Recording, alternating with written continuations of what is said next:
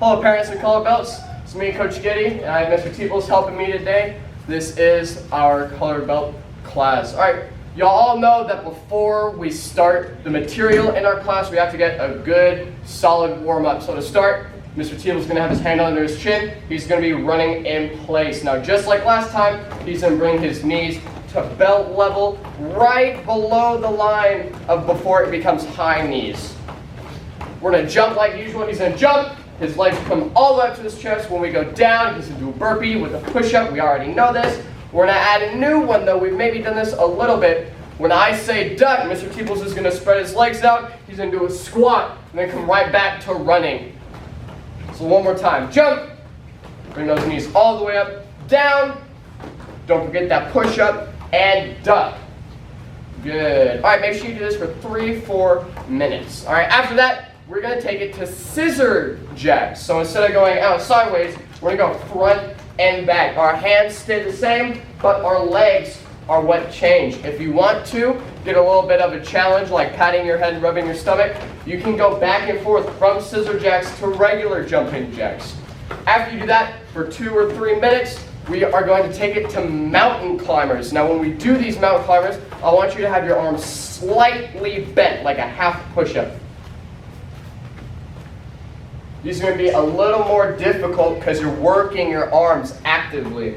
Alright? So you're going to do this for 3 or 4 minutes. If you want to, you can add extra challenge, go even lower. You can go back to regular if you need to. And that's all you're going to do for maybe 3-4 minutes. After we do that, we're going to take it to jackknives. Now when we do these jackknives, we're going to do it a little bit different. Instead of being in a straight line, Mr. Teebles is going to have his hands and his legs out, and when he comes up, that's when he comes together, right? So the ending position is exactly the same as how we would end with regular jackknives. He's just going to start wide, so we look like a star. All right, after you do maybe 25 or 30 of these, then we can take it to our stretches. So we're going to put our feet together, reach straight down, and touch our toes. Now when we do this, remember, we put our hands on our knees, our legs, our feet, or the floor. If you can touch the floor, you need that extra challenge, you can put your whole hand on the floor. If you can do that, I commend you. That's super impressive. And another challenge would be putting your hands behind you, but staying forward.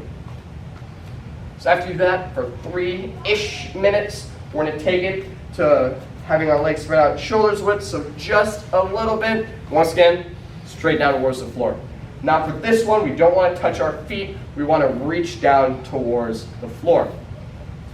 So each of these positions, we're going to hold from 2-ish minutes. We'll reach over to our right leg. We're going to hold that for a minute, 2 minutes, reach over to our left leg. Once again, another minute or 2. Then we're going to spread it out all the way as far as we can go. Now if you can't do the splits, that's perfectly fine, but I want you going as low as you can. So once again, we're going to hold each of these positions for about 2 minutes. We're going to reach over to our right leg.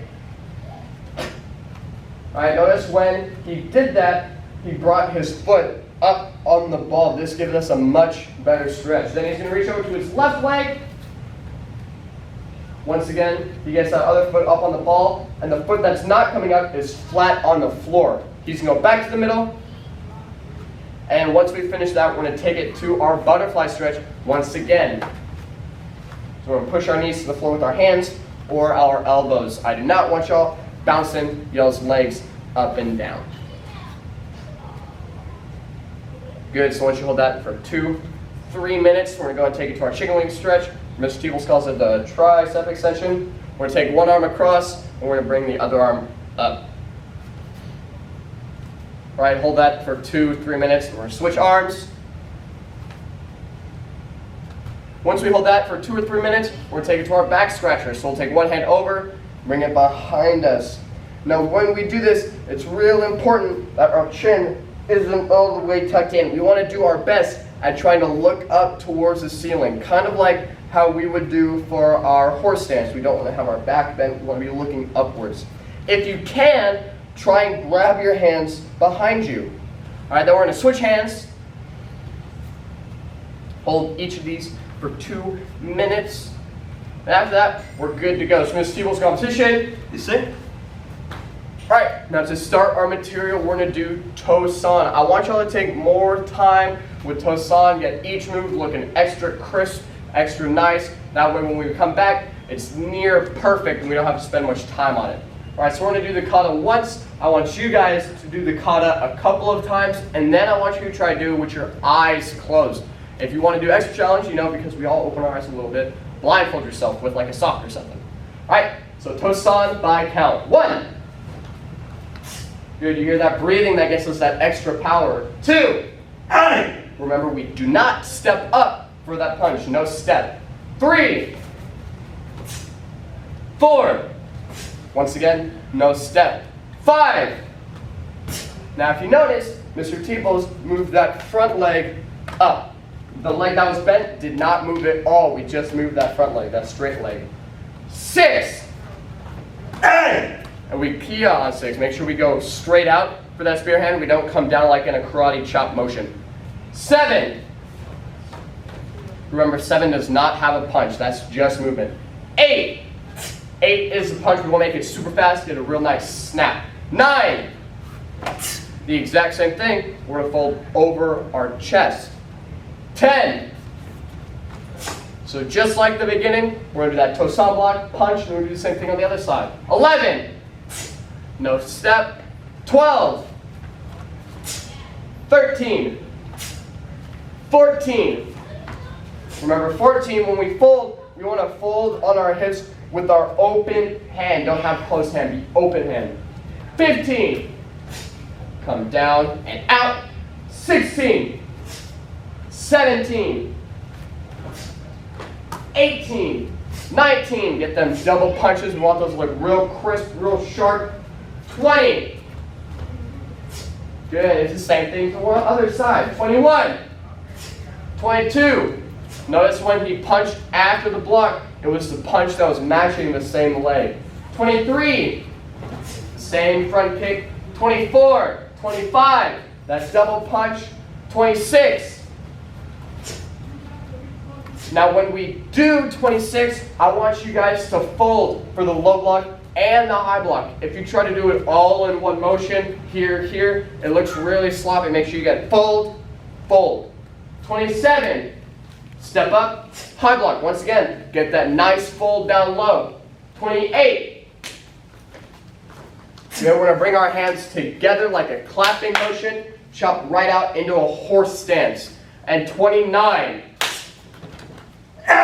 good. Remember the last move of our kata has that kiosk, the same as 28. We're going to clap our hands together, do a little shuffle over towards our right, and chop out. Back my position, Mr. Teeples. Sit. Alright, so I want y'all to run through that 3 or 4 times, and then I want you to try to do it with your eyes closed or with the blindfold.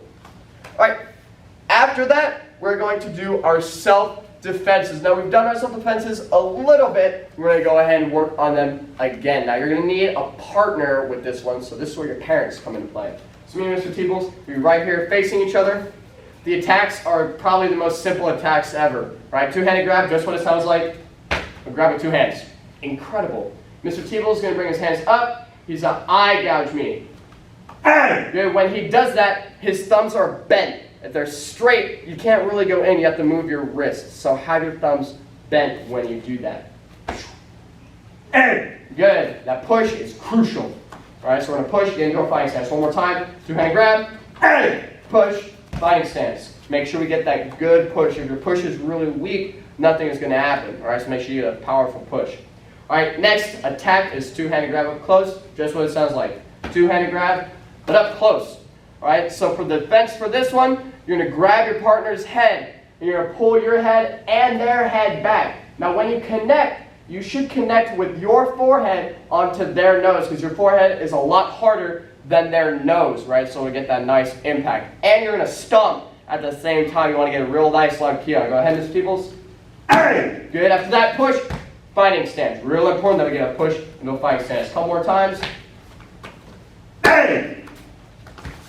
All right, I want y'all to do that 4 or 5 times. Make sure you got it really, really good. I want y'all to stomp and headbutt at the same time. All right, for the last defense, it's a two-handed grab from behind. Just what it sounds like. Attackers, two-handed grab from their back, from their behind. All right, What Mr. Teeple's going to do, he's going to raise one arm up. He's going to come around, wrap my hands up really, really tight, like he's headlocking my hands. It's important that Mr. Teeples does it super tight. If he's loose, I can pull my hands out, right? So he has to do it super tight so I can't run away.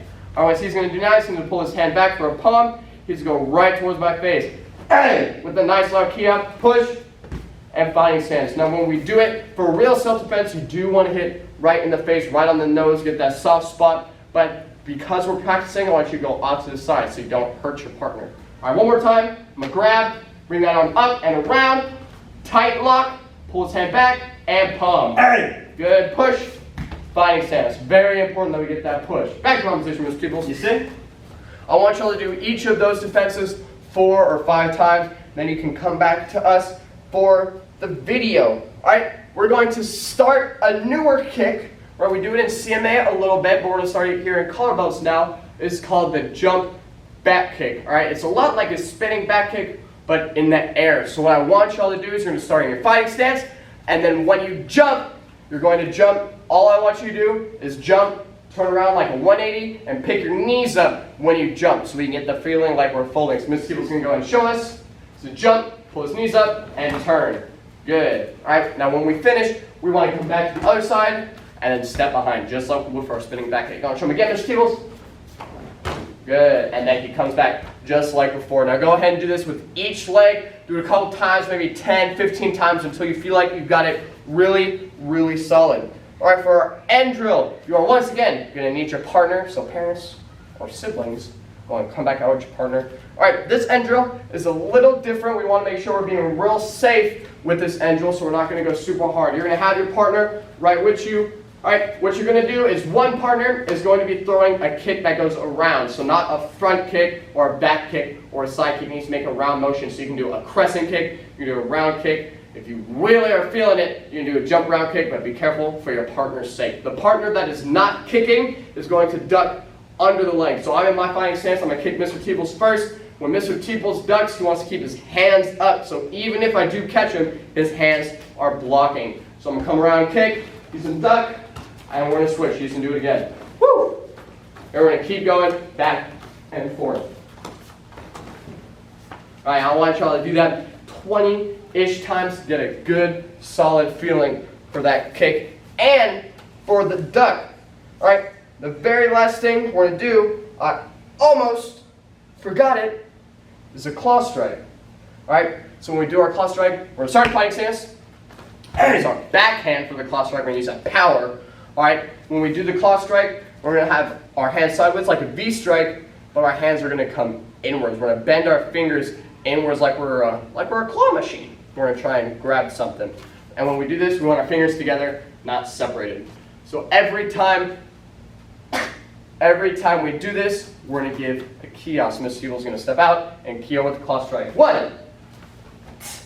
Or he's going to breathe. I apologize. Remember, just like with the straight punch, he's going to step out so we get a wider stance and we can turn, get more power. 2. And 3. Now I want y'all to do this on each arm 20, 25 times until you feel real good about it. Now remember, when we do this, we want to step out, turn on the ball of that foot, and have our fingers together. Right? We can't have them separated, though they can break them apart. Wrong position, Mr. Teeples. You say? All right, I do believe that is it for today. So until we see you next time, which will hopefully be really soon, stay practicing so that we can come back really, really strong. See you next time.